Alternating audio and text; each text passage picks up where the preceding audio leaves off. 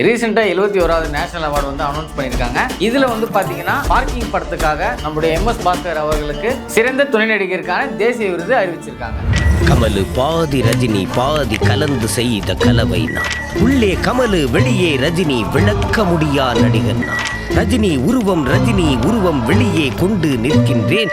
உள்ளே ஆஸ்கார் வாங்குவதற்கு துடிக்கின்றேன்.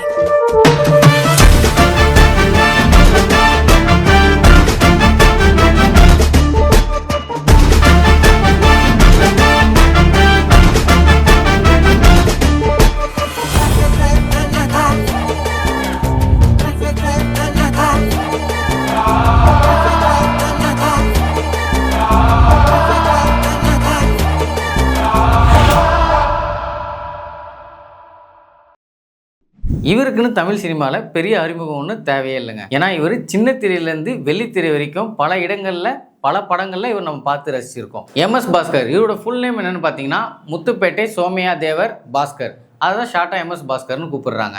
இவர் திருவாரூர் மாவட்டம் முத்துப்பேட்டையில் சோமையா தேவர் சத்யபாமா இவர்களுக்கு மகனாக பிறக்கிறாரு. இவரோட அப்பா பார்த்தீங்கன்னா அந்த காலகட்டத்தில் ஒரு பெரிய ஜமீன். இவருக்கு கூட பிறந்தது 2 அக்கா ஒரு தம்பி. இவங்க அக்கா 2 பேருமே சினிமாவில் டப்பிங் ஆர்டிஸ்டாக இருக்காங்க. இவர் பிறந்து வளர்ந்தது எல்லாமே நாகப்பட்டினத்தில்.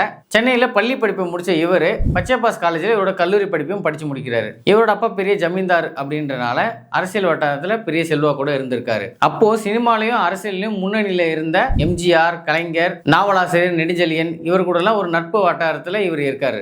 இதெல்லாம் பார்த்து வளர்ந்து நம்ம MS பாஸ்கர் புரட்சி தலைவர் MGR அவரை ரொம்ப பிடிச்சி போயிட்டு நம்மளும் தமிழ் சினிமாவில் ஒரு முன்னணி நடிகராக வரணும்னு சொல்லிட்டு இவர் ஆசைப்படுறாரு. 80s நம்ம சூப்பர் ஸ்டார் சினிமாக்குள்ள என்ட்ரி கொடுக்கும் போதும் இவருக்கும் நம்ம சினிமாக்குள்ள வரணும்னு சொல்லிட்டு ஒரு ஆர்வத்தை தூண்டுது. இவர் சினிமாக்குள்ள வரதுக்கு முன்னாடி ஒரு பேஸ்ட் கம்பெனியில் ஒரு சேல்ஸ்மேனோ ஒரு இன்சூரன்ஸ் கம்பெனிலையும் இவர் வேலை பார்த்துட்டு இருந்திருக்காரு. இவர் சினிமாவில் ஆக்டராகவும் டப்பிங் ஆர்டிஸ்டும் இவரோட பயணத்தை தொடங்குறாரு. இவர் 1987 டைரக்டர் ஆக்டருமான விசு அவர்களோட திருமதி ஒரு வெகுமதி அப்படின்ற ஒரு படத்துல ஒரு சின்ன ரோல்ல இவர் அறிமுகமாகிறாரு. இவர் வெள்ளித்திரைக்கு முன்னாடியே சின்ன திரையில நிறைய நாடகங்களும் நடிச்சிருக்காரு. குறிப்பா சின்ன பாப்பா பெரிய பாப்பான்ற நாடகத்துல இவர் பண்ண அந்த பட்டாபி கேரக்டர் 90s கிட்ஸோட மனசுல இன்னும் நிலைச்சு நிற்கும். தமிழ் சினிமால 150 படங்கள் மேல நடிச்ச இவர் ஒரு நடிகர் மட்டும் இல்லைங்க. பல படங்கள்ல நம்ம வியந்து பார்த்த கேரக்டரோட பின்னணி குரல் இவருடையது.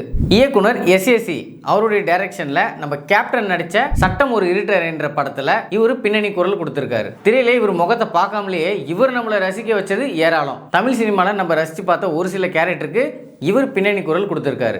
குறிப்பா தெலுங்கு காமெடி ஆக்டர் பிரம்மானந்தம் இவருக்கு பல படங்கள்ல பின்னணி குரல் கொடுத்தது இவர் தான். தமிழ் படங்கள்ல இவர் நிறைய பேருக்கு பின்னணி குரல் கொடுத்திருந்தாலும் நம்ம பெருந்தலைவர் கர்ம வீரர் காமராஜர் அவருடைய வாழ்க்கை வரலாறு பேஸ் பண்ணி எடுத்த படம் தான் காமராஜ். இந்த படத்துல நம்ம காமராஜருடைய குரலா கேட்டது நம்ம MS பாஸ்கர் அவர்களுடைய குரல் தான். இந்த படத்தில் 100% காமராஜ் ஐயாவோட குரலை நம்ம கிட்ட எடுத்து வந்து சேர்த்திருப்பாரு MS பாஸ்கர் அவர்கள். குறிப்பாக ஹாலிவுட்டில் நிறைய முக்கியமான படங்களுக்கு இவர் டப் பண்ணியிருக்காரு. Jurassic Park, Spiderman, Bad Boys, the Shawshank Redemption இந்த மாதிரி நிறைய படங்களுக்கு இவர் பின்னணி குரல் கொடுத்துருக்காரு. இந்த மாதிரி நிறைய ஹாலிவுட் படங்களில் நம்ம தமிழில் பார்த்தது இவரோட குரலில் தான். தமிழ் சினிமாவில் ஹீரோ வில்லனை தாண்டி காமெடி நடிகர்களுமே நம்ம கொண்டாடி இருக்கோம். அந்த வகையில் இவரை நம்ம கொண்டாடி இருக்கோமா அப்படின்னு கேட்டால் அந்த இடத்துல ஒரு கேள்விக்குறி தான் வரும். தமிழ் சினிமாவில் கவுண்டமணி செந்திலேருந்து ஆரம்பித்து Vaigai Puyal, Vivek sir, counter king Santhanam, இப்போ இருக்கிற ஜென்ரேஷனில் நம்ம சூரிய, யோகி பாபு இவங்க எல்லாமே ஹீரோக்கு நிகராக நம்ம கொண்டாடி இருக்கிறோம். அந்த வகையில் இவரை நம்ம ஒரு காமெடி ஆக்டராக கொண்டாடி இருக்கோமா அப்படின்னு நீங்கள் கேட்டிங்கன்னா கண்டிப்பாக கிடையாது. இது தொடர்ந்து அழகிய தமிழ் மகளில் வந்து ஒரே ஒரு குறுக்காராக வழிவிடுங்கோ நான் சொல்லும் போது என்ன சீன்னு நீங்கள் கண்டுபிடிச்சிருப்பீங்க. அது தொடர்ந்து வந்து பார்த்தீங்கன்னா மாசிலாமணி அதில் வந்து நானும் ரஜினியும் ஒரே ட்ரெயினில் வர வேண்டியது நீ என்ன நான் கொஞ்சம் எப்படி வந்துட்டு அவர் கொஞ்சம் முன்னாடி போயிட்டாரு. அதுக்கப்புறமா வந்து பார்த்தீங்கன்னா சந்தோஷ் சுப்ரமணியம் அதில் வந்து பார்த்தீங்கன்னா கூத்த பெருமாள் சருக்குமார் அந்த கேரக்டர் வந்து பயங்கரமாகவே இருக்கும். உள்ளாடை வெளியே போட்டிருக்கு இது ஒரு பண்ணாடை, பிறந்தது வந்து மூஞ்சிய கண்ணாட்டியில் மூஞ்சிய பக்கத்து இது ஒரு பரதேசி, உங்கள் 2 பேர் பிரச்சனையில் என்னதுக்குடா இழுக்கிறீங்க அந்த சீன்லாம் வந்து பார்த்தீங்கன்னா உண்மையே சூப்பராகவே இருக்கும், நல்லா காமெடியாகவே இருக்கும். இவருக்குன்னு தனி ஐகானிக் காமெடி நிறையவே இருக்குது. குறிப்பாக டிமால்டி காலனியில் அவனாவது பரவாயில்ல கடைசி வரைக்கும் தண்டசோறு சாப்பிட்டு பொழைச்சிக்குவான். நீலாம் பிறந்ததே ஒரு சாப்பு கேடு, முடிஞ்சால் இன்றைக்கே போய் செத்துரு, திரும்பி பிறந்து வா, அப்போ உன் கட்டம் சரியாக வருதான்னு பார்க்கலாம். அந்த டைலாக் வாழ்க்கையை வெறுத்து போயிருக்கிற எல்லா இளைஞர்களுக்குமே இந்த டைலாக் வந்து கனெக்ட் ஆகும். அது தொடர்ந்து விந்தைன்ற ஒரு படத்தில் வந்து பார்த்திங்கன்னா இவர் வந்து ஒரு தமிழ் புலவராக இருப்பார். அப்போ வந்து இவர் போலீஸ் ஸ்டேஷன் கூப்பிட்டு வந்திருப்பாங்க ஒரு விசாரிக்கிறதுக்காக. நீ என்ன வேலை செய்கிற அப்படின்னு சொல்லி கேட்பாங்க. அப்போ அவர் சொல்லுவார், வேல் என் அப்பன் முருகன் கையில் இருக்குது, அது எதுக்கு நான் செய்ய வேண்டும், அது கொள்ளர்களுடன் வேலை இல்லவா அப்படின்னு சொல்லுவார். அதுக்கப்புறம் வந்து பார்த்தீங்கன்னா இவர் அங்கே கொஞ்சம் உட்கார வைங்க அப்படின்னு சொல்லுவாங்க. அப்போ அங்கே இருக்கிற ஒரு போலீஸ் வந்து வக்காரு அப்படின்னுவாரு. உடனே இவர் வந்து வக்காரா, வக்காருன்ற வார்த்தை தமிழ் அகராதியில் நான் கேள்விப்பட்டது இல்லையே, அப்படிங்கிறனால என்ன அர்த்தம் அப்படின்னு சொல்லி கேட்பாரு. யோ வக்காருனா குந்துன்னு அர்த்தம் அப்படின்னு சொல்லி இவர் சொல்லுவார். அப்பவுமே அவர் விடாமல் நாம் எதற்கு பஞ்ச பாண்டவர்களின் தாயார் குந்தவி தேவியை பற்றி தேவையில்லாமல் பேசிக்கிறோம் அப்படின்னு சொல்லி அந்த மாதிரிலாம் ஒரு டைலாக் பேசியிருப்பார். அதெல்லாம் உண்மையிலே செம்ம ஃபன்னாக இருக்குங்க.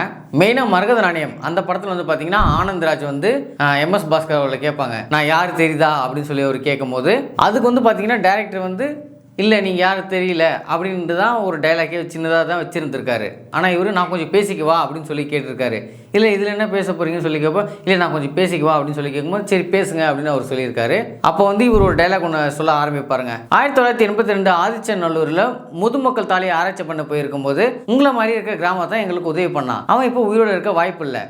நீங்கள் உயிரோடு இருக்கனால நீங்கள் அவனாக இருக்க வாய்ப்பு இல்லை. நீங்கள் யாருன்னு எனக்கு தெரியல அப்படின்னு ஒரு டைலாக் ஒன்று பேசியிருப்பாருங்க.